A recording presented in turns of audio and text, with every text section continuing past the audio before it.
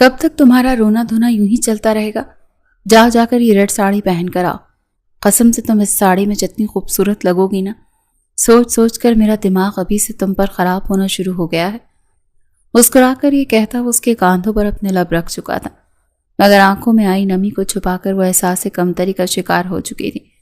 کہنے لگی، یہ کیسی باتیں کر رہے ہیں آپ؟ میں یہ ساڑی کیسے پہن سکتی ہوں؟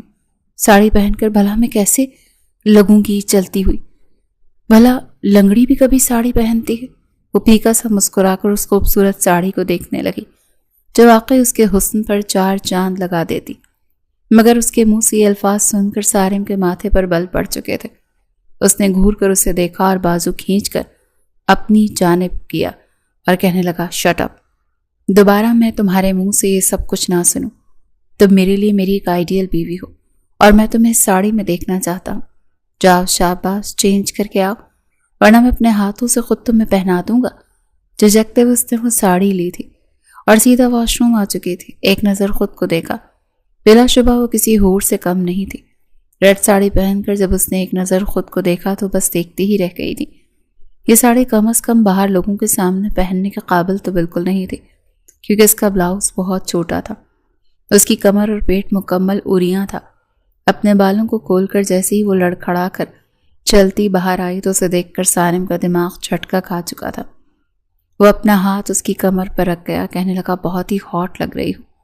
اس کے ساتھ مزید قریب آتا محبت کے لمحات گزارنا چاہتا تھا، مگر اس سے پہلے ہی لوگوں کے تانے اس حسینہ کے ذہن میں گردش کرنے لگے تھے۔ ارے ارے لنگڑی کہیں کی، دیکھو تو ہمارے سارم نے اس میں دیکھا ہی کیا، اتنا خوبصورت ہینڈسم لڑکا، پتہ نہیں کیا دیکھ لیا اس لنگڑی میں کہ اس سے شادی کر لی۔ ارے اسے تو کوئی بھی اچھی لڑکی مل جاتی، پھر اس بٹی کو ہی کیوں چنا؟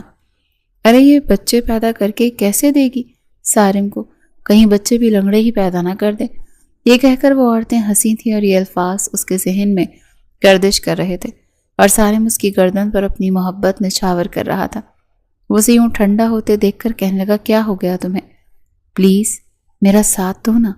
لیکن وہ اسے خود سے دور کرنے لگی کہ نہیں پلیز، میں یہ سب کچھ نہیں کر سکتی، میں آپ کے قابل نہیں ہوں، پلیز آپ چھوڑ دیں مجھے۔ ایک بار پھر وہ اس طرح کے جملے کہتی جیسے پیچھے ہٹنے لگی تو سارم نے فوراً ایک رومال اٹھایا اور اس کے منہ پر دبا دیا، پھر اسے بیڈ پر دھکا دے کر اس کی ٹانگوں کے بیچ، ہائے میں مر گئی، آج مجھے کوئی نہیں بچا سکتا۔ کتے کے غرانے کی آواز اسے بالکل قریب سے سنائی دی، اور بالکل آخری لمحے جب وہ نا امید ہو کر اپنی ٹانگ تحفتاً اس کتے کو پیش کر دینے والی تھی، ایک سفید گیٹ عین اس کے سامنے آ گیا۔ بس پھر کیا تھا، اس نے ہاتھ میں پکڑا بیگ گھما کر اس کتے کے منہ پر دے مارا، اور شاید اس اچانک حملے کے لیے تیار نہ تھا۔ وہ پیچھے کی طرف گرا تو اس نے جوتے کی نوک دروازے پر رکھی اور چھلانگ مار کر اس حویلی کے اندر داخل ہوئے۔ وہ نہیں جانتی تھی کہ یہ کس کی حویلی ہے۔ وہ آگے بڑھنے ہی لگی کیونکہ اس کو شدت سے کچھ گڑبڑ ہونے کا احساس ہوا۔ اسے اپنے کاندھے ہلکے پھلکے محسوس ہو رہے تھے۔ نہیں، ایسا نہیں ہو سکتا۔ اس نے بے اختیاری اپنے شولڈر پر ہاتھ رکھا تھا۔ میرے سارے پیسے اس بیگ میں تھے۔ محترمہ کے سارے پیسوں سے مراد ان کے صرف 2000 روپے تھے جو انہوں نے کافی عرصے سے بچا بچا کر رکھے ہوئے تھے، ورنہ ان کی چھوٹی بہن کو پتہ چل جاتا تو وہ پیسے بھی کسی ڈیزائنر سوٹ کے پیسوں میں جمع ہو جاتے۔ اس نے باہر جھانکنے کی کوشش کی تو کتا غرانے لگا، انتہائی گھٹیا نسل کے ڈھیٹ اور ذلیل کتے ہو تم۔ میرا کیا قصور تھا؟ صرف تمہیں یہی تو کہا تھا کہ تمہاری آواز میرے کانوں میں کسی ڈھول کی طرح بج رہی ہے، چپ کر جاؤ۔ دراصل وہ جب اس کالونی میں داخل ہوئی تھی تبھی اسے کتے کے بھونکنے کی آواز سنائی دینے لگی۔ وہ جب اس کے قریب سے گزری تو انتہائی ناگواری سے اس نے یہ الفاظ ادا کیے تھے۔ وہ کتا شاید انسانی زبان سے کافی زیادہ واقفیت رکھتا تھا، اسی وجہ سے اس نے ان الفاظ کو اپنے دل پر لے لیا اور محترمہ کے پیچھے پڑ گیا۔ یہ تو اس کی قسمت اچھی تھی کہ بر وقت اس کو ایک چھوٹا سا گیٹ نظر آ گیا تھا جس پر چڑھ کر وہ حویلی کے اندر داخل ہو گئی تھی۔ مجھے تو لگتا ہے یہاں پر برسوں سے کوئی نہیں رہتا۔ اس نے چاروں طرف اپنی نگاہیں دوڑائی تھیں۔ گہری خاموشی نے اس کا استقبال کیا۔ لان کی گھاس بھی بڑی ہوئی تھی، پینٹ بھی اترا ہوا تھا۔ کیا کروں؟ کیا مجھے اندر جا کر دیکھنا چاہیے؟ اس نے گہری پر نظر ڈالی۔ وہ وقت سے کافی پہلے آ گئی تھی۔ اسے ڈر تھا کہ کہیں ایسا نہ ہو کہ پہلے ہی دن وہ لیٹ ہو جائے۔ دراصل یہاں اس نے کچھ بچوں کو ٹیوشن دینی تھی، بدلے میں سے اچھے خاصے پیسے مل رہے تھے۔ نرمین کو اس کے منگیتر نے آفر کی تھی کہ میں تمہیں ڈراپ کر دیتا ہوں، پہلا دن ہے، تمہیں گھر کو ڈھونڈنے میں کافی مشکل پیش آئے گی، مگر اس نے بہت ہی خوبصورتی سے انکار کر دیا۔ وجہ یہ تھی کہ وہ اس کو زحمت نہیں دینا چاہتی تھی، بلکہ وجہ اس کی اماں کی پابندیاں اور سختیاں تھیں، جن کو اس سخت ناگوار گزرتا تھا کہ وہ شادی سے پہلے اپنے منگیتر کے ساتھ کہیں بھی گھومنے پھرنے کے لیے جائے۔ اس کے منگیتر کے پاس گاڑی تو تھی نہیں، بس ایک موٹر بائک ہی تھی، جسے چینج کر کے بہت جلدی وہ ہیوی بائک بھی لینے والا تھا۔ اس کی پروموشن ہونے کی بھی چانسز تھے اور اسی وجہ سے آج کل وہ بہت زیادہ ایکسائٹڈ تھا۔ روز رات کے وقت وہ اس کے ساتھ ایک نئی زندگی کی خوبصورت خواب بنتا تھا۔ فی الحال اس نے ان ساری چیزوں کو اپنے ذہن سے جھٹکا اور مضبوط قدم اٹھاتے ہوئے اس حویلی نما گھر کے اندر داخل ہو گئی۔ اپنے تجسس بھری طبیعت سے وہ خود بھی بہت زیادہ عاجز تھی۔ اگر کسی نے یہ سمجھا کہ میں یہاں پر چور ہوں، ہائے میری تو ریپوٹیشن ہی خراب ہو جائے گی۔ یہ کالونی بھی اتنی بھری بڑی نہیں ہے، کہیں وہ ٹیوشن میرے ہاتھ سے نکل نہ جائے۔ نہیں ایسا نہیں ہو سکتا، میں کچھ زیادہ ہی سوچ رہی ہوں۔ اچانک اس کے موبائل میں بیپ بیپ ہونے لگی۔ اس نے دیکھا کہ تیمور کی کال آ رہی ہے۔ فی الحال میں آپ کی کال ریسیو نہیں کر سکتی پیارے منگیتر صاحب۔ موبائل سائلنٹ پر لگا کر اس نے اپنی پاکٹ میں ڈال دیا۔ جب وہ اس حویلی کے اندر داخل ہوئی، حیرت انگیز طور پر سب دروازے کھلے ہوئے تھے۔ یا اللہ، کیا یہاں کے مکینوں کو اتنا زیادہ بھروسہ ہے کہ انہوں نے یہاں سے جانے کے باوجود بھی دروازوں کو تالا لگانا ضروری نہیں سمجھا؟ کچن کے اندر داخل ہوئی تو وہاں پر دودھ کا گلاس بھرا پڑا تھا، اس کے ساتھ فروٹ کی ٹوکری بھی رکھی تھی۔ بھوک کے مارے اس کا برا حال تھا، صبح سے کچھ کھائے بغیر ہی وہ گھر سے نکل آئی تھی۔ کچھ سوچتے ہوئے وہیں پر موجود کرسی پر جا کر بیٹھ گئی، ٹوکری میں سے 2-3 کیلے نکالے اور ان سے انصاف کرنے لگی، جب اچانک اسے باہر سے قدموں کی چاپ کی آواز سنائی دی۔ جب اسے کچھ بھی سمجھ میں نہیں آیا تو وہ ٹیبل کے نیچے جا کر گھس گئی۔ اندر داخل ہونے والے شخص کے جوتے مردانہ تھے۔ ہائے میرے اللہ، یہاں پر تو واقعی میں لوگ رہتے ہیں۔ یہ میں نے کیا کیا؟ مجھے یوں یہاں پر نہیں چھپنا چاہیے تھا۔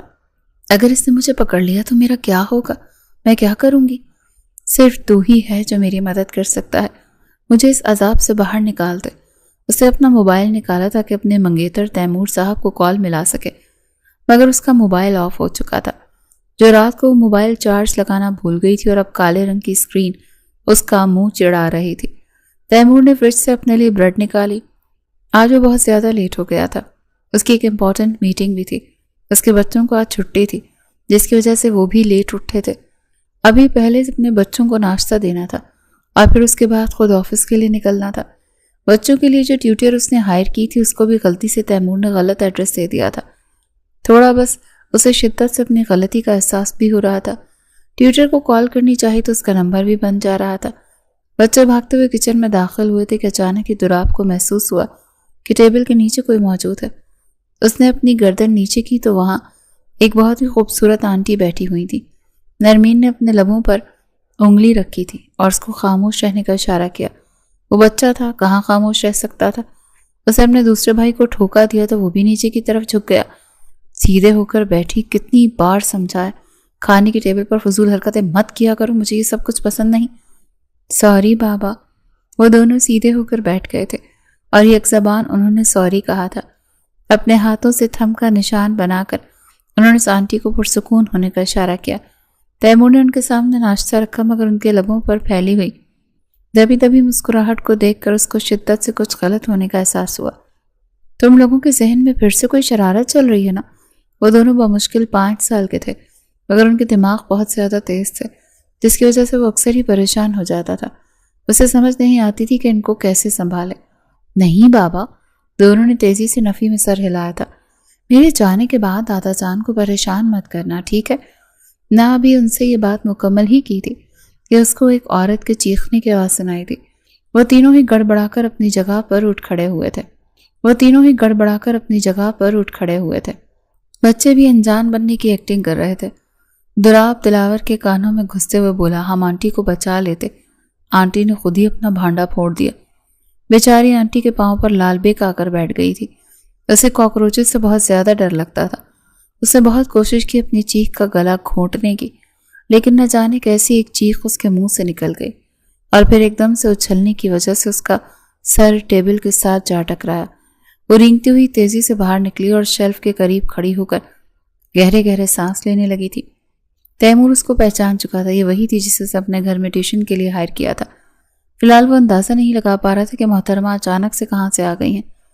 کیا وہ زمین سے اگی ہیں یا پھر آسمان سے ٹپکی ہیں؟ وہ بھی تیمور کو دیکھ کر تھوڑی سی پریشان ہو گئی۔ کیا وہ زمین سے اگی ہیں یا پھر آسمان سے ٹپکی ہیں؟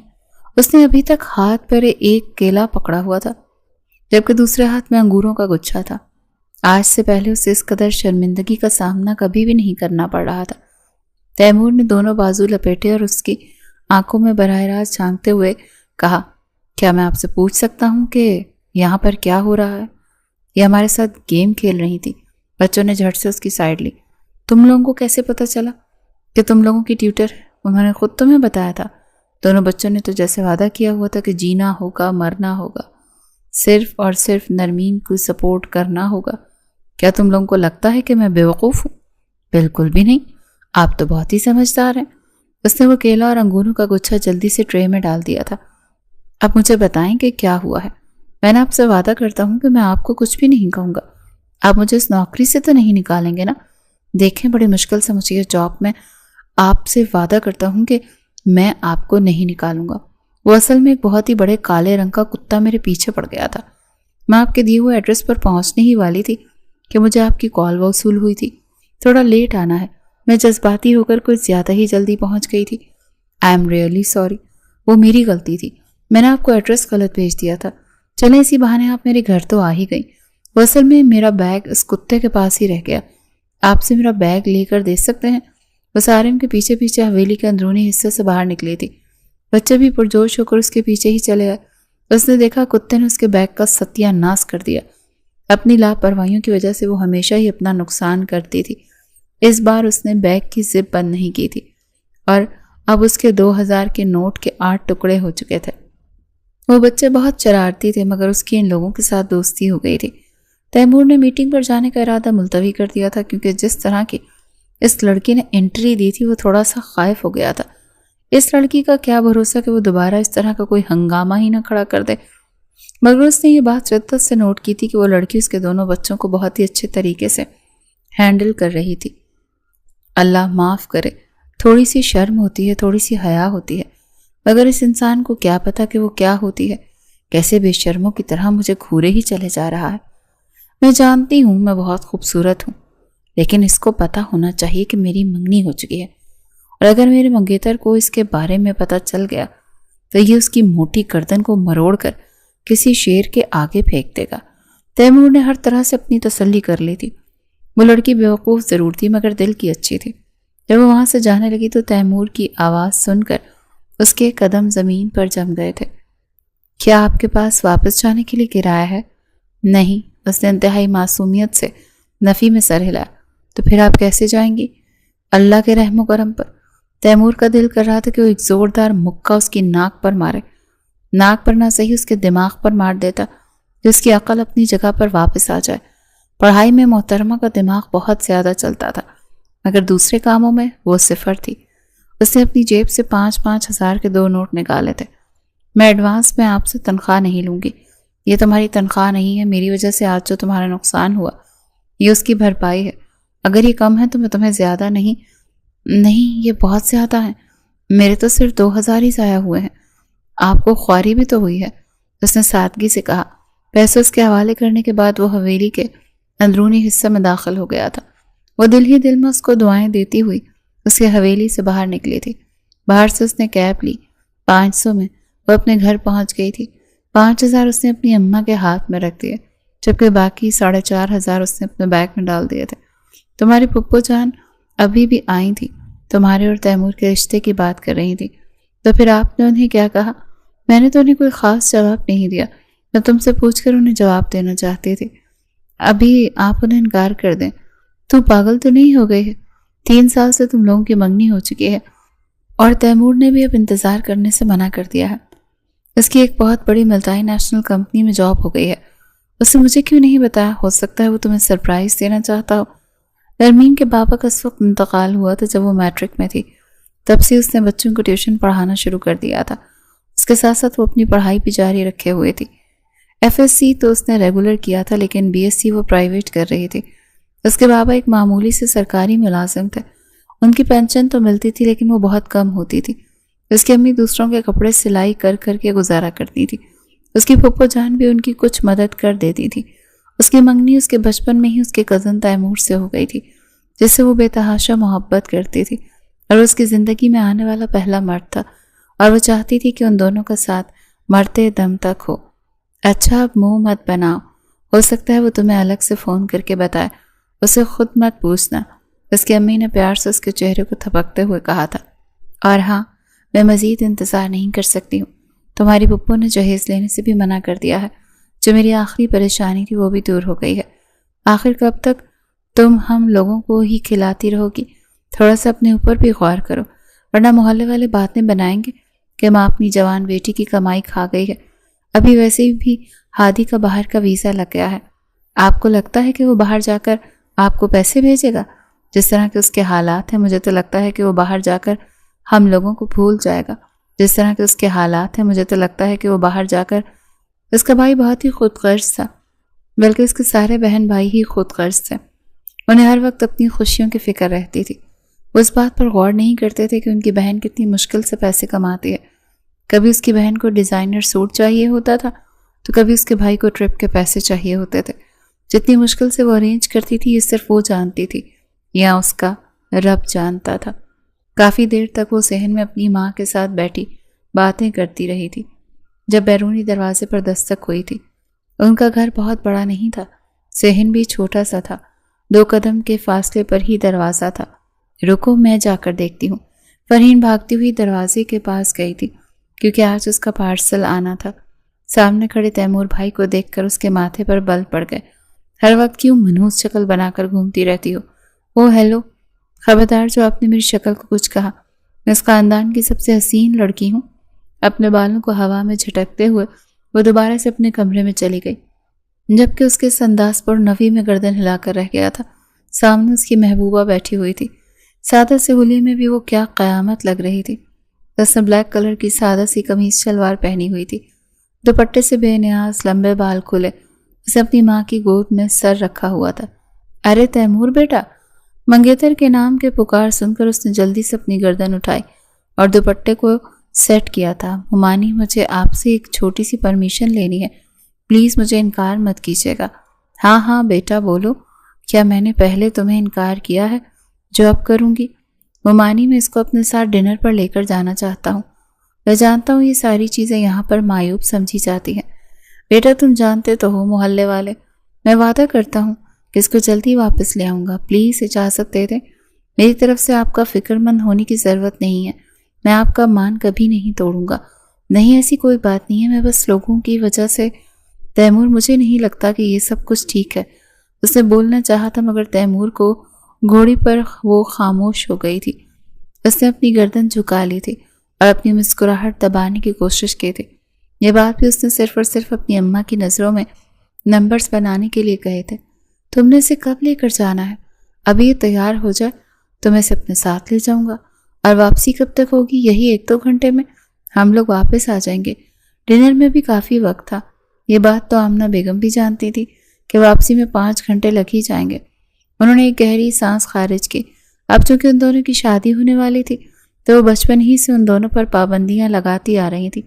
خلاف معمول انہوں نے ان دونوں کو اجازت دے دی تھی۔ وہ بھاگتی ہوئی اپنے کمرے میں گئی، پنک کلر کا سوٹ نکالا جو کہ تیمور کا فیورٹ تھا۔ گالوں پر ہلکا ہلکا ٹینٹ لگا کر اس نے اپنے لبوں پر گلابی کلر کی لپسٹک لگائی تھی۔ وہ بہت خوبصورت لگ رہی تھی۔ کیا فائدہ اتنا حسین ہونے کا؟ شادی تو تمہاری غریب ملازم سے ہو رہی ہے، خدا کا خوف کیا کرو۔ کیا ہر وقت فضول باتیں اپنے منہ سے نکالتی رہتی ہو؟ وہ کوئی غریب ملازم نہیں ہے اماں، اماں نے کہا ہے کہ اس کی پروموشن ہو گئی ہے۔ بس کیا کروں، اماں کو کیا پتا۔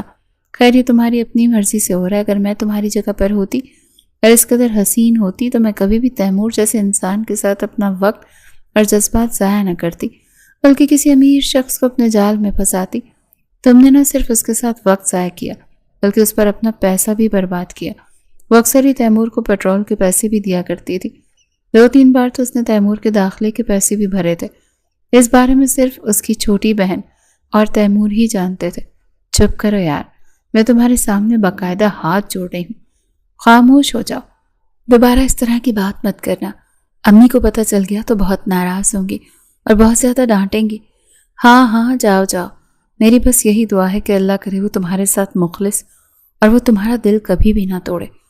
یہ کہہ کر فرحین سر پر چادر تان کر لیٹ گئی تھی۔ موبائل اس نے کانوں کے ساتھ لگایا ہوا تھا۔ ایک نئے لڑکے کے ساتھ اس کی دوستی ہوئی تھی۔ وہ بہت ہی امیر شخص تھا جو اس پر کھلا پیسہ لٹا رہا تھا۔ یہی وجہ تھی کہ وہ آج کل اپنی بہن سے بھی پیسے نہیں لے رہی تھی۔ وہ اس کی بائک پر جا کر بیٹھے درمیان میں بیگ رکھ دیا۔ کیا یہ احتیاط کے لیے ہے؟ آپ یہی سمجھ سکتے ہیں۔ اب تو ہم ایک دوسرے کے ساتھ کافی وقت گزر گیا، لیکن ہمارا نکاح نہیں ہوا۔ وقت گزارنے کا یہ مطلب نہیں ہے کہ ہم ایک دوسرے کے ساتھ فری ہونے لگے۔ فری ہونے کے لیے ایک مضبوط رشتے کا ہونا ضروری ہے۔ ٹھیک ہے ملانی صاحبہ، آپ جو کہہ رہی ہیں وہ ٹھیک ہے۔ میں آپ سے معافی چاہتا ہوں اگر آپ کو میری کوئی بھی بات بری لگی ہے۔ ان کی بائک ایک بہت بڑے ہوٹل کے سامنے آ کر رکی تھی۔ یہ کیا؟ یہ تو بہت مہنگا ہوگا محترمہ، ایک بہت بڑی ملٹی نیشنل کمپنی میں میری جاب لگ گئی ہے، وہاں پر مجھے ڈھیر ساری سہولتیں بھی دی جا رہی ہیں، اور تمہیں پتہ ہے کہ اس کمپنی کی جو آنر ہے وہ میری قابلیت کی وجہ سے مجھ سے بہت زیادہ متاثر خوش ہے۔ تم نے کیا کہا؟ کیا وہ عورت ہے؟ ہاں یار وہ عورت ہی ہے۔ اس نے مجھ سے انٹرویو میں جتنے بھی کوسچنز پوچھے تھے میں نے ان سب کا فر سے جواب دیا، اور وہ مجھ سے کافی امپریس نظر آ رہی تھی۔ نرمین کے دل کو ایک دھچکا سا لگا تھا، مگر اس نے اپنے آپ کو سنبھالا اور وہیں پر موجود ایک ٹیبل پر جا کر بیٹھ گئی۔ اچانک اس نے اپنے چہرے پر کسی کی نظروں کی تپش محسوس ہوئی تھی۔ نگاہیں اٹھا کر دیکھا تو تھوڑے فاصلے پر سارم اپنے بچوں کے ساتھ موجود تھا۔ ان دونوں کی نگاہیں ایک لمحے کے لیے ملی اور پھر اس نے اپنی نگاہیں جھکا لیں۔ اس کو اس قدر شدید ٹھنڈ میں بھی پسینے آ رہے تھے۔ کیا ہوا ہے؟ تم ٹھیک تو ہو نا؟ ہاں میں بالکل ٹھیک ہوں۔ اسے اپنے لہجے کو پرسکون بنانے کی ناکام کوشش کی۔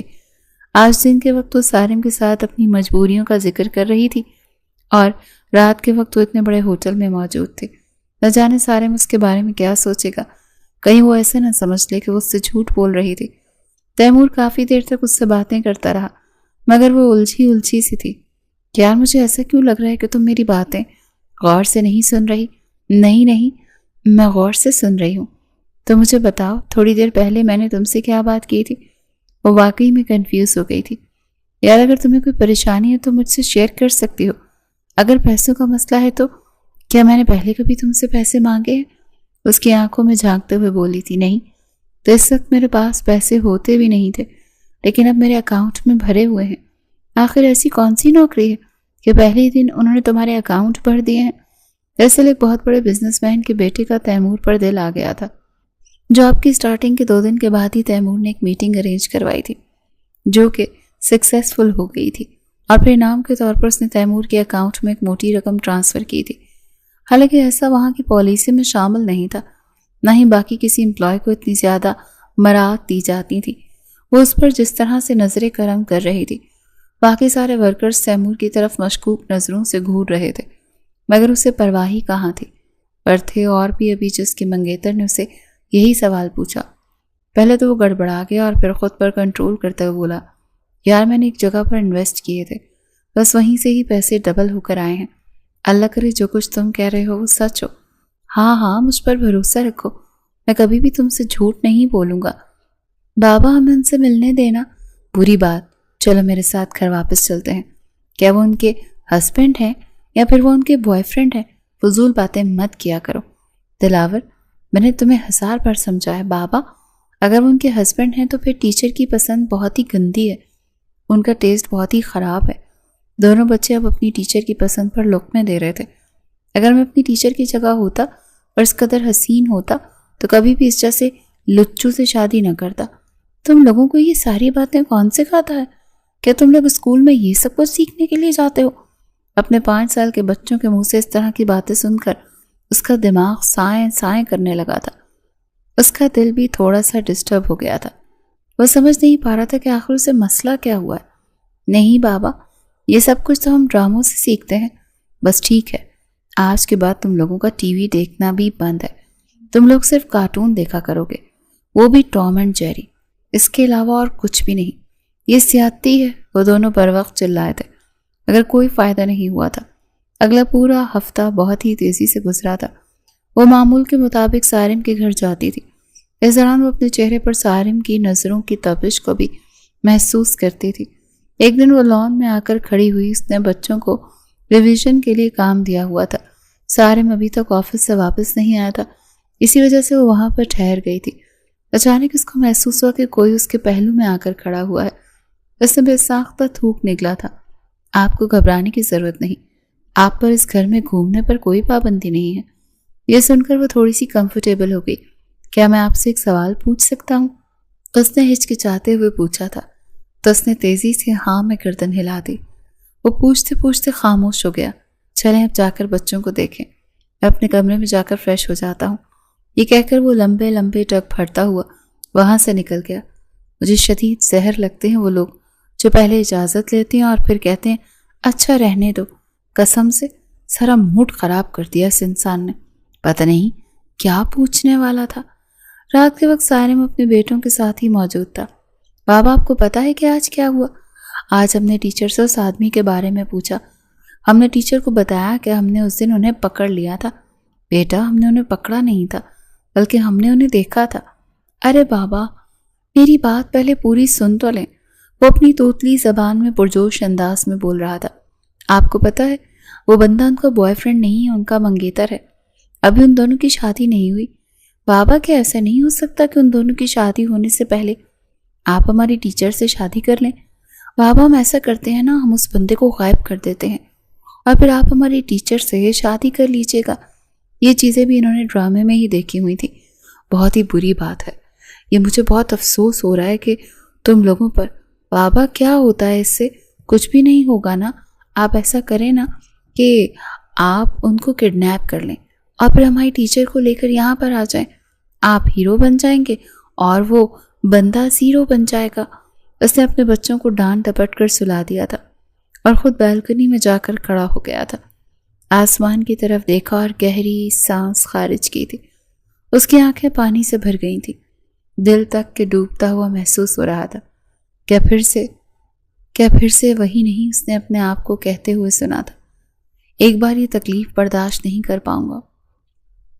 وہ لمبے لمبے ڈگ بھرتا ہوا حویلی سے باہر نکل گیا۔ اب اس نے پوری رات روڈ پر گاڑی چلانی تھی اور اپنے سٹریس کو ریلیز کرنا تھا۔ میں کب سے تمہارا نمبر ڈائل کر رہی ہوں اور تمہارا نمبر مسلسل دوسری کال پر بیزی جا رہا ہے۔ تم پچھلے 3 دنوں سے نہ تو مجھے وقت دے رہے اور نہ ہی ٹھیک طرح سے مجھ سے بات کر رہے ہو۔ یار کیا ہو گیا؟ ابھی تو میری بیوی بنی نہیں اور پہلے ہی بیویوں جیسی حرکتیں شروع کر دی ہیں۔ مجھے زہر لگتی ہیں اس طرح کی عورتیں جو اپنے مردوں کو کنٹرول کرنے کی کوشش کرتی ہیں۔ کیا ہو گیا ہے تمہیں؟ میں تمہیں کنٹرول نہیں کر رہی ہوں، میں بس تم سے سوال کر رہی ہوں۔ تمہیں کوئی حق نہیں ہے بغیر کسی رشتے کے مجھ سے سوال کرنے کا۔ اگر تمہاری حرکتیں اسی طرح کی رہیں تو مجھے اس معاملے پر سوچنا ہوگا۔ چند لمحوں کے لیے دونوں جانب ہی خاموشی چھا گئی۔ کس معاملے کی بات کی ہے تم نے؟ کس بارے میں تمہیں سوچ بچار کرنی ہوگی؟ بولو۔ اس کی روتی ہوئی آواز جب تیمور کے کانوں میں پڑی تو اس کا اپنا دماغ گول گول گھومتا ہوا محسوس ہوا تھا۔ پلیز اب گاؤں کی عورتوں کی طرح رونا مت شروع کر دینا۔ مجھے زہر لگتی ہے یہ ڈرامے بازی۔ ایک وقت تھا جب تم مجھ سے بات کرنے کے لیے بے چین رہتے تھے، تب میں بیوقوف تھا اور اب مجھ میں عقل آ گئی ہے۔ میں موبائل رکھ رہا ہوں، مجھے ایک امپورٹنٹ ٹاسک کرنا ہے جس کی مجھے پیسے ملتے ہیں۔ تم سے بات کرنے کے نہ تو مجھے پیسے ملتے ہیں نہ ہی اب مجھے سکون ملتا ہے۔ تمہاری چخ سے ہی میں بہت زیادہ تنگ آ گیا ہوں۔ اب مجھے کال مت کرنا ورنہ مجھ سے برا کوئی بھی نہیں ہوگا۔ میں تمہارا نمبر بلاک کر دوں گا۔ یہ کہہ کر اس نے کال کٹ کر دی تھی۔ نرمین نے موبائل بیڈ پر پھینکا اور اپنا چہرہ اپنے دونوں ہاتھوں میں چھپا کر پھوٹ پھوٹ کر رونے لگی۔ فرین جو کہ کمرے میں ہی موجود ہوتی ہے ان دونوں کی بحثیں سن رہی تھی۔ اطمینان سے بولی، اسی دن کے ڈر سے میں تمہیں سمجھاتی تھی کہ اس فضول انسان پر اپنے جذبات اور احساسات اور اپنا پیسہ برباد نہ کرو۔ یہ مرد اس قابل ہی نہیں ہوتا کہ ان کے ساتھ مخلصی دکھائی جائے۔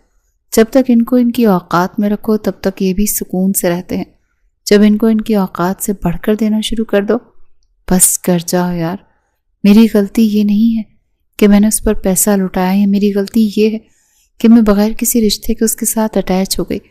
اگر میں نکاح کا انتظار کر لیتی اور نکاح سے پہلے اس کے ساتھ کسی قسم کا رابطہ نہ رکھتی تو شاید آج میرا دل نہ ٹوٹتا۔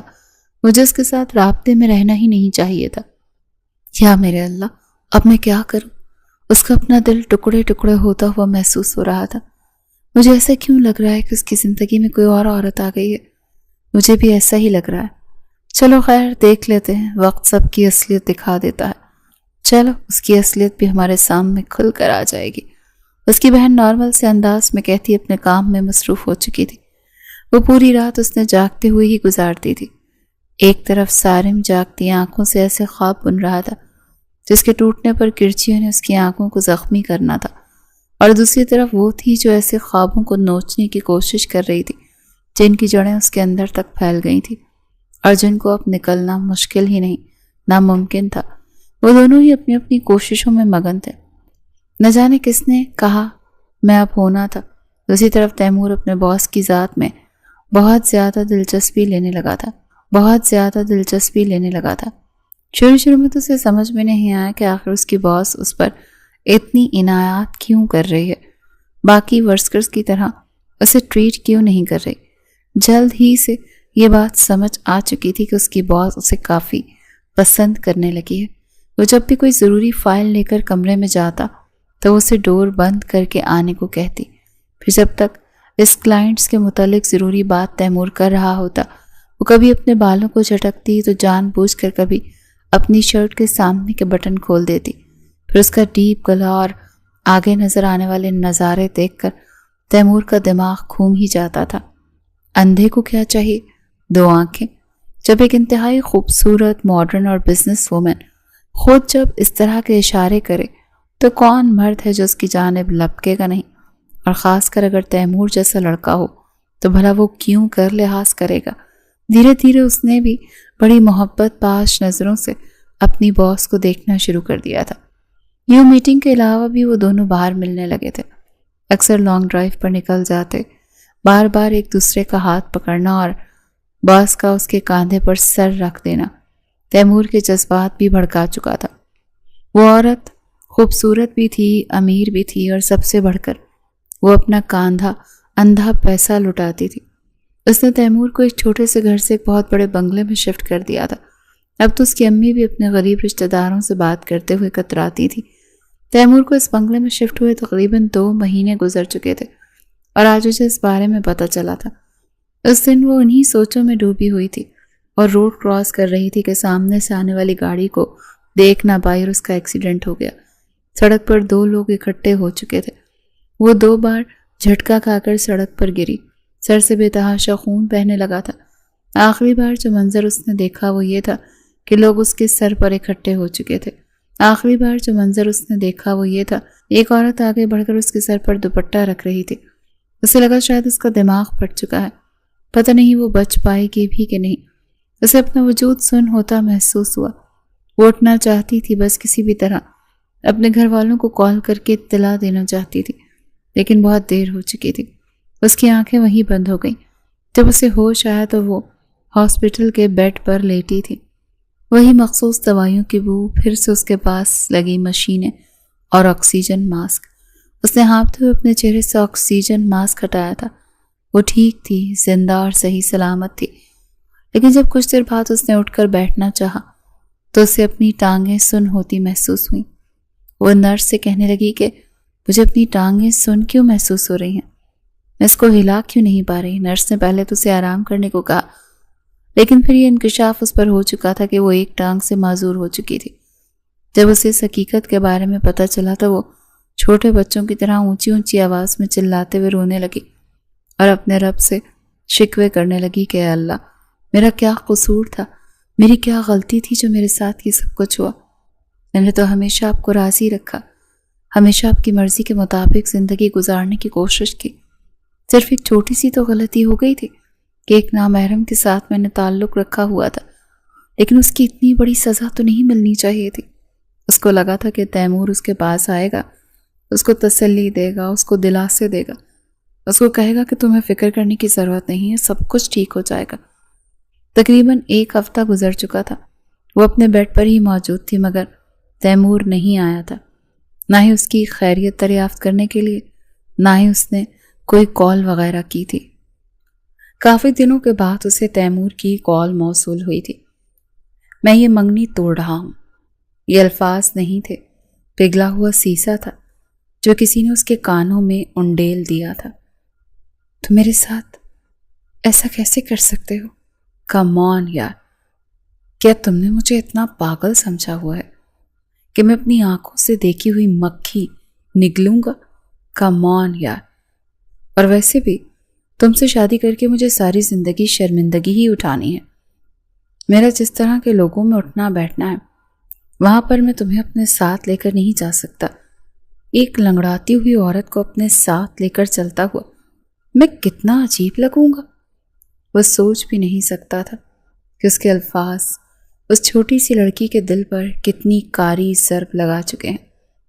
فرحین جو کہ کافی دیر سے اس کی باتیں سن رہی تھی، موبائل اسپیکر پر تھا، اسے نرمین کے ہاتھوں سے موبائل چھینا اور چلاتے ہوئے کہا، تم ایک انتہائی گھٹیا اور ذلیل انسان ہو جو میری بہن کے پیسوں پر پلا ہے، اور اگر میری بہن تم پر ایک بوٹی کوڑی نہ لٹاتی تو آج میں دیکھتی کہ کیسے تم اتنی بڑی کمپنی میں علاج کر رہے ہوتے۔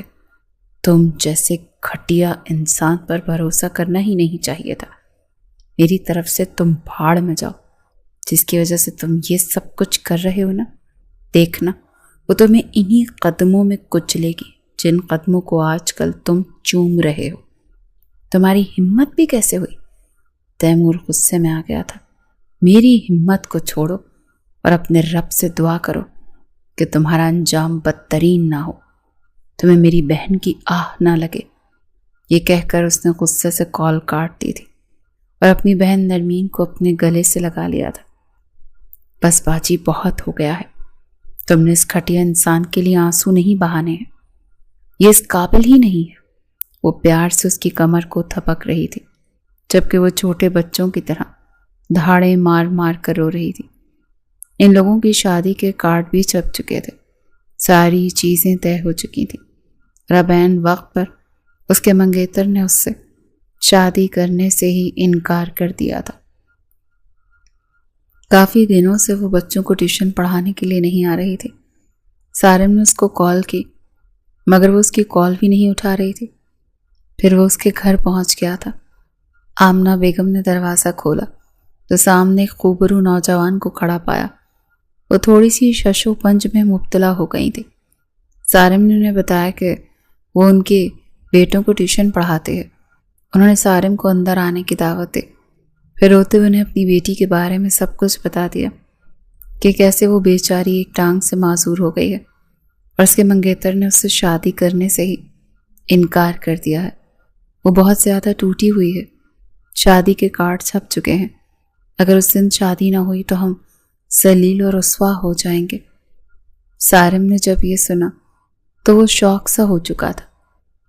اس نازک سی لڑکی کے ساتھ اتنا کچھ ہو چکا تھا اور اسے پتہ بھی نہیں چلا تھا۔ وہ کافی پریشان ہو گیا، بے چینی سے بس یہ سوچنے لگا کہ ایک بار وہ اپنی آنکھوں سے نرمین کو دیکھ لے۔ بار بار اسے اپنے بچوں کی یاد آ رہی تھی، اور پھر وہ روتی ہوئی ماں جو یہ کہہ رہی تھی کہ پتہ نہیں اب کیا ہوگا، پورا خاندان ہم پر تھو تھو کرے گا۔ میری بچی تو دوہری اذیت سے دوچار ہو گئی، ایک جانب ٹانگ سے معذور ہو گئی، دوسری طرف اس کے منگیتر نے شادی کرنے سے انکار کر دیا۔ ارے بیڑا غرق ہو جائے اس عورت کا جس نے میری بچی کا نصیب اجاڑ کر رکھ دیا۔ یہ سن کر سارم نے فوراً ہی ایک فیصلہ کیا تھا اور پھر اپنے گھمبیر انداز میں کہنے لگا، کیا ایسا ہو سکتا ہے کہ میں اس سے نکاح کر لوں؟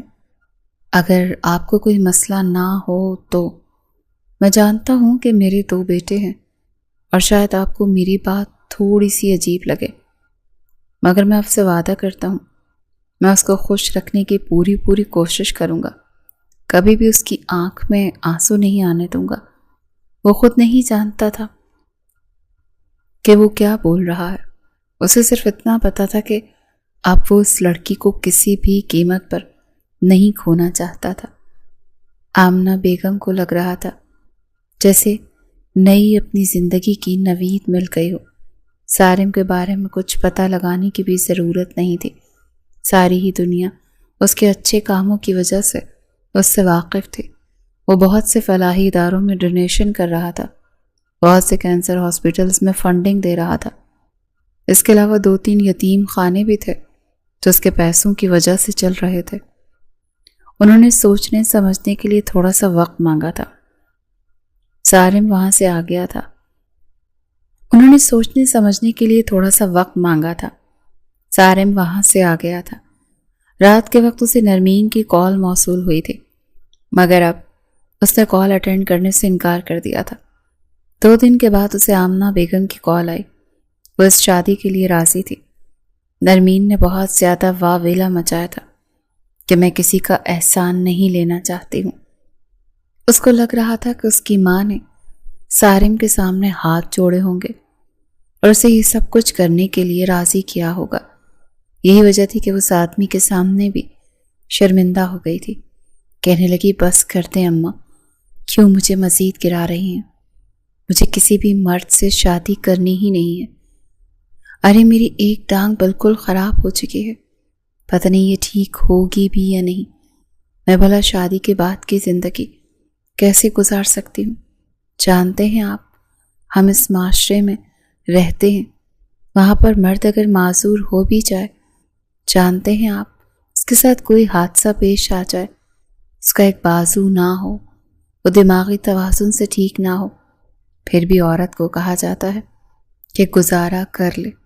لیکن وہیں اگر ایک مرد انتہائی خوبرو، امیر اور ویل سیٹلڈ ہو اور اس کی بیوی کالی ہو، موٹی ہو، بھدی ہو، معذور ہو، کچھ بھی ہو، تو لوگ عورت کو برا کہتے ہیں اور مرد پر ترس کھاتے ہیں کہ پتہ نہیں کیا مجبوری رہی ہوگی جو وہ اس سے شادی کر رہا ہے۔ میں اس طرح کی باتیں برداشت نہیں کر سکوں گی اماں، پلیز میری بھی بات کو سمجھیں۔ وہ یہ سوچ کر گھبرا رہی تھی کہ وہ کیسے اس انسان کا سامنا کرے گی، جبکہ فرحین کو اس پر غصہ آ رہا تھا۔ اب جب اللہ تعالیٰ نے تم پر کرم کیا ہے تو تم کیوں ناشکری کر رہی ہو؟ تمہیں اتنا اچھا شوہر مل رہا ہے اور اماں نے اس کے سامنے ہاتھ نہیں جوڑے ہیں، بلکہ اس نے خود اماں سے التجا کی تھی۔ مجھے تو لگ رہا ہے وہ تمہیں پسند کرتا تھا۔ یار قسم سے میں تمہارے لیے بہت خوش ہوں۔ اس نے اپنی بہن کو پرجوش ہو کر اپنے سینے سے لگا لیا تھا۔ میں کیسے تیمور سے محبت کر کے اس انسان کے حوالے اپنا آپ بس کر جاؤں؟ یہ بے وقوف والی باتیں مت کیا کرو۔ نکاح میں بہت طاقت ہوتی ہے، دیکھنا نکاح تم لوگوں کو ایک دوسرے کے قریب لے آئے گا۔ باتیں اتنی سمجھداروں والی کرتی ہو، پھر حرکتیں کیوں بے وقوفوں والی کرتی ہو؟ اس نے فرحین کو ڈانٹا تھا، جس کا پھر سے ایک آدمی کے ساتھ بریک اپ ہو گیا تھا۔ 2 دن رونے کے بعد اس نے دوبارہ سے ایک نئے آدمی کے ساتھ تعلق بنا لیا تھا۔ کیونکہ مجھے ان ساری چیزوں کی عادت ہو گئی ہے، میں جانتی ہوں یہ سب غلط ہے اور اس کا انجام بھی بھیانک ہوگا۔ میں کوشش کروں گی میں ان ساری چیزوں کو چھوڑ دوں، پہلے دیکھوں تو کہ تمہارا انجام کیا ہوتا ہے۔ شادی ایک بہت بڑے ہال میں ہو رہی تھی، جہاں پر بڑے بڑے بزنس مین اور اثر و رسوخ والے لوگ بھی موجود تھے۔ جب دلہن کو انہوں نے دیکھا تو سب لوگ عجیب و غریب قسم کی باتیں کرنے لگے۔ ارے دلہن تو لنگڑی ہے، ارے تو کیا ہوا، دولہے کے بھی تو پہلے ہی سے 2 بیٹے ہیں۔ اس طرح کے رشتے ایسے ہی ہوتے ہیں یار، دلہن تو بڑی معصوم اور خوبصورت ہے، اس کے ساتھ اتنی بڑی زیادتی نہیں ہونی چاہیے تھی۔ ارے بیچاری کا ایک منگیتر بھی تھا، لنگڑی ہونے کی وجہ سے اس کے منگیتر نے اس کو چھوڑ دیا۔ اس کو اپنا سر گول گول گھومتا ہوا محسوس ہو رہا تھا، جبکہ سارم ان ساری باتوں کو نظر انداز کر رہا تھا۔ اس کو ان چیزوں سے کوئی فرق نہیں پڑتا تھا۔ ہاں البتہ اس کے جو رشتہ دار اس طرح کی باتیں کر رہے تھے، وہ ان کو 2 ٹوک لہجے میں جواب ضرور دینے والا تھا۔ جب ان دونوں کا نکاح ہو گیا تو اس کے ہاتھ میں اپنا ہاتھ رکھ کر اس کے کانوں میں ہلکا سا جھکتے ہوئے بولا، لوگوں کا کام ہے باتیں بنانا، آپ ان کی باتوں کو اپنے دل پر نہ لیں۔ آپ میرے لیے بہت خاص ہیں، میرے دل میں آپ کا ایک بہت بڑا مقام ہے جس کے بارے میں رات کے وقت تفصیل سے بات ہوگی۔ فی الحال اپنے آپ کو ریلیکس کر لیں، آپ ایک مکمل عورت ہیں، سب سے بڑھ کر یہ کہ آپ میری پسندیدہ عورت ہیں اور میں آپ سے بے تحاشا محبت کرتا ہوں۔ اس نے حیرت سے آنکھیں پھیلا کر سارم کی طرف دیکھا تھا، جب اس کی طرف نہیں بلکہ سامنے بیٹھے ہوئے مہمانوں کو دیکھ رہا تھا۔ اس کا دل ایک عجیب سے انداز سے دھڑکنے لگا تھا۔ ایک طرف وہ آدمی تھا جس سے وہ پوری زندگی محبت کر رہی تھی اور عین وقت پر اس آدمی نے اس کو اپنانے سے انکار کر دیا تھا، اور ایک طرف یہ ایک بہت بڑا بزنس مین تھا جس کو ایک سے بڑھ کر ایک حسین اور کامیاب عورت مل سکتی تھی، مگر اس بزنس مین نے اس کا انتخاب کیا تھا۔ یہ کیا ہو رہا تھا وہ سمجھ نہیں پا رہی تھی۔ اس شادی پر اس کا سابقہ منقطر تیمور بھی آیا تھا۔ اس کو ایک بڑے بزنس مین سارم کے پہلو میں بیٹھا ہوا دیکھ کر اس کی حالت بھی باقی لوگوں سے مختلف نہیں تھی۔ اس کے پہلو میں جو عورت کھڑی تھی، جو اس کی ہونے والی بیوی تھی، وہ ایک وقت میں سارم پر مرتی تھی اور اس سے شادی کرنا چاہتی تھی، مگر سارم نے اسے اپنانے سے انکار کر دیا تھا۔ اوہ، تو تمہیں یہ لنگڑی عورت پسند تھی؟ اپنی زبان سنبھال کر بات کرو۔ یہ عورت مجھ سے نیچے درجے پر ہے، اس کا درجہ میرے دل میں بہت بڑا ہے اور یہ اپنے رب کے بھی بے حد قریب ہے۔ جہاں تک تمہارا سوال ہے، تم ایک انتہائی مطلبی عورت ہو۔ مجھے شادی کے لیے عزت دار بیوی چاہیے تھی، کہ ایسی عورت نہیں جو اپنے آپ کو ہر مرد کے سامنے پیش کرتی پھرے۔ وہ اس طرح کے الفاظ ادا نہیں کرنا چاہتا تھا۔ وہ عورتوں کی بہت عزت کرتا تھا، لیکن اب بات اس کی بیوی پر آ رہی تھی تو وہ کیسے خاموش رہ سکتا تھا۔ تیمور اور نادیہ دونوں ہی غصے سے وہاں سے جلدی سے چلے گئے تھے۔ رات کے وقت جب وہ کمرے کے اندر داخل ہوئی تو تھوڑی ہی دیر کے بعد سارم بھی آ گیا۔ وہ اس کے سامنے بیٹھا۔ تب سارم نے اس پر یہ راز آشکار کیا تھا کہ آج سے 5 سال پہلے سارم نے اسے ایک شادی میں دیکھا تھا۔ وہ پہلی ہی نظر میں اس کا دیوانہ ہو گیا تھا۔ وہ نرمین کی دوست کی بہن کی شادی تھی۔ سارم نے فیصلہ کیا تھا کہ بہت جلد ہی وہ اس لڑکی کو اپروچ کرے گا، مگر قسمت کو شاید کچھ اور ہی منظور تھا۔ وہ اپنے ایک دوست کو کال کر کے کہنے والا تھا کہ مجھے اس فلاں لڑکی کے بارے میں تمام تر ڈیٹیلز چاہیے۔ اتنا تو اسے پتا تھا کہ اس کا دوست اس پر اعتبار کرتا ہے اور وہ اس کے بارے میں معلومات فراہم کر دے گا، اور پھر ہفتہ 10 دنوں کے اندر اندر وہ لڑکی کے گھر جا کر رشتے کی بات بھی کر دے گا۔ مگر اس رات ہی ایک بہت بڑا حادثہ پیش آ گیا تھا۔ اس کے جان سے عزیز دوست کے ایک حادثے میں انتقال ہو گیا تھا۔ یہ خبر سارم کے لیے بڑے ہی دل دکھا دینے والی تھی، کیونکہ سارم کے دوست کے 2 چھوٹے بچے تھے اور کچھ روز بعد ہی وہ ان کا عقیقہ بھی کروانے والا تھا۔ کس قدر خوشی سے اہتمام کیے جانے تھے۔ وہ اپنی بیوی اور بچوں کو ہاسپٹل سے لے کر گھر کی طرف آ رہا تھا جب یہ حادثہ پیش آیا تھا۔ دونوں میاں بیوی موقع پر فوت ہو چکے تھے، مگر معجزاتی طور پر دونوں چھوٹے بچے محفوظ تھے۔ اس کے 2 چھوٹے چھوٹے جڑواں بچے تھے جو بمشکل 3 دن کے تھے۔ اس نے سارم سے وعدہ لیا تھا کہ اس کے وہ بچوں کی پرورش کرے گا۔ پہلے تو سارم نے ان کو ایک فیملی کو دینے کا فیصلہ کیا، مگر پھر اس کا دل نہیں مانا۔ اس نے وہ بچے اپنے پاس رکھ لیے تھے اور ان کی پرورش اپنے سگے بیٹوں کی طرح کرنے لگا تھا۔ اس کی فیملی میں اس کی دادی جان کے علاوہ کوئی بھی نہیں تھا۔ ماما بابا کا بہت پہلے ہی انتقال ہو گیا تھا۔ وہ ساری جائیداد کا ایک اکلوتا وارث تھا۔ اس کی دادی جان سعودیہ میں سیٹل تھی۔ جب ان کو پتہ چلا کہ ان کا پوتا شادی کر رہا ہے تو وہ بہت زیادہ خوش ہو گئی تھی۔ یہاں پر آ کر اس لڑکی سے مل کر انہیں دلی خوشی محسوس ہوئی تھی۔ یہ لڑکی واقعی میں بہت اچھی اور سلجھی ہوئی تھی۔ سارم اپنے دل کا حال سنا کر خاموش ہو گیا تھا، جبکہ وہ ابھی بھی پھٹی پھٹی آنکھوں سے سارم کو دیکھے جا رہی تھی۔ آپ نے کیا شادی نہیں کی؟ نہیں، میری شادی نہیں ہوئی، میں بالکل کنوارا ہوں۔ وہ معصومیت سے آنکھیں ٹمٹماتے ہوئے بولا تھا، جبکہ وہ اپنی نگاہیں جھکانے پر مجبور ہو گئی تھی۔ کہنے لگی، آپ میرے ساتھ جھوٹ تو نہیں بول رہے نا؟ قسم سے مجھے یقین نہیں آ رہا کہ قسمت کے فیصلے ایسے بھی ہوتے ہیں۔ میں تو اپنی قسمت پر یقین ہی نہیں کر پا رہی کہ میرے ساتھ ایسا بھی ہو سکتا ہے۔ سارم نے آگے بڑھ کر اس کا ہاتھ تھاما تھا، پھر کہنے لگا کہ تم بہت ہی خوش قسمت ہو، اور تمہیں پا کر میں بھی نصیبوں والا ہو چکا ہوں، کیونکہ مجھے میری محبت مل چکی ہے۔ دنیا کے سامنے یہ میرے ہی بچے ہیں۔ سب کو یہی لگتا ہے کہ میری بیوی مجھے چھوڑ گئی، یہ بچے میں اکیلے پال رہا ہوں، یا پھر اس سے مجھ سے بھی کوئی امیر شخص مل گیا۔ یقین مانو یہ سب کچھ جھوٹ ہے۔ لوگوں کی فطرت ہوتی ہے جھوٹ اور من گھڑت باتیں کر کر کر اپنا وقت گزارنا، اور میں پہلے تو غصہ کرتا تھا، لیکن پھر مجھے یہ سب کچھ سن کر صرف ہنسی ہی آنے لگی تھی۔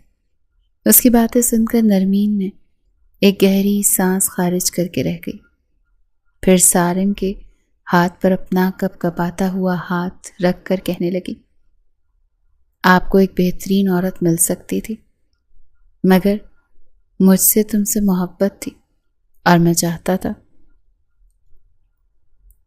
مگر مجھے تم سے محبت تھی اور میں چاہتا تھا کہ صرف تم ہی میری بیوی بنو۔ میں ہر وقت تمہارے بارے میں ہی سوچتا رہتا تھا اور تمہارے لیے اپنے رب سے دعائیں مانگتا رہتا تھا۔ پھر جس دن تم نے مجھے ٹیوشن کے حوالے سے کال کی تو میں اس دن بہت زیادہ خوش ہوا تھا۔ مجھے لگ رہا تھا شاید قسمت مجھ پر مہربان ہو گئی۔ بعد میں تمہاری منگنی کے بارے میں سن کر میں پھر سے افسردہ ہو گیا تھا، لیکن دیکھو اللہ تعالیٰ نے کیسے میری منزل تک مجھے پہنچا دیا۔ میں ٹھیک سے چل نہیں سکتی سارم، مجھے اس سے فرق نہیں پڑتا، میں تم سے محبت کرتا ہوں، میرے لیے اتنا ہی کافی ہے۔ میں جانتا ہوں کہ تم ابھی اس رشتے کے لیے تیار نہیں ہو، تم جتنا وقت دینا چاہو میں تمہیں دینے کے لیے تیار ہوں۔ وہ واقعی ایک جینٹل مین کی طرح بیہیو کر رہا تھا، اور پھر 1 مہینے کے اندر اندر وہ بھی اس کی محبت میں گرفتار ہو گئی تھی۔ وہ دلاور اور دراب کا بہت خیال رکھتی تھی، انہوں نے اپنے سگے بچوں کی طرح پیار دیتی تھی۔ دادی جان بھی اب اسی حویلی میں شفٹ ہو گئی تھی۔ سارم نے اسے کبھی بھی اس کی اس کمزوری کا احساس نہیں دلایا تھا۔ وہ بھی اس کی ہمراہی میں اپنا سر اٹھا کر اور فخر کے ساتھ چلتی تھی۔ 2 سالوں کے بعد اللہ تعالیٰ نے اس کو بیٹی سے نوازا تھا، جس سے ان کی زندگی میں مزید خوشیاں آ گئی تھیں۔ دراب اور دلاور ہر وقت ہی چھوٹی بہن کو اٹھائے رہتے تھے۔ دونوں نے ہی اس کا نام گڑیا رکھا تھا، جبکہ ان کی حرکتوں پر سارم اور وہ دونوں کھل کر مسکراتے تھے۔ بیٹی کی پیدائش کے کچھ مہینے بعد ہی سارم کی ملاقات اپنے ایک دوست سے ہوئی تھی، جو کہ لندن سے فزیو تھراپسٹ بن کر آیا تھا۔ جب سارم نے اپنی بیوی کے بارے میں بتایا تو وہ کہنے لگا کہ ارے یہ تو کوئی مسئلہ ہی نہیں ہے، ٹانگ تو صحیح سلامت ہے، ساتھ جڑی ہوئی ہے، اور خیر سے بھابھی بھی ینگ ہے، میں ان کا علاج کروں گا، دیکھنا اس سال کے اندر اندر وہ دوبارہ سے ٹھیک سے چلنے لگیں گی۔ سارم کی تو خوشی کی کوئی انتہا نہیں رہی تھی۔ وہ اگلے ہی دن نرمین کو اپنے اس دوست کے ہاسپٹل لے آیا تھا، جہاں پر پروفیشنل ڈاکٹرز کی نگرانی میں نرمین کا علاج ہونے لگا۔ آہستہ آہستہ وہ خود بغیر سہارے کے ٹھیک سے چلنے لگی تھی، اور جس روز اس نے بغیر سہارے کے پہلا قدم اٹھایا تھا، وہ خوشی سے روتے ہوئے سارم کے گلے لگ چکی تھی، اور ان کی دوبارہ سے زندگی معمول پر آ چکی تھی۔ یہاں تک کہ تیمور کا سوال تھا۔ شادی کے 3 مہینے بعد ہی اس کی بیوی نے اپنی اوقات دکھانی شروع کر دی تھی، اور پھر اس کو دھکے دے کر گھر سے نکال دیا تھا، کیونکہ تیمور اس پر پابندیاں لگاتا تھا اور اسے پابندیاں پسند نہیں تھیں۔ تیمور اب پچھتاتا تھا، مگر اب پچھتاوے کیا ہوت جب چڑیاں چگ گئیں کھیت۔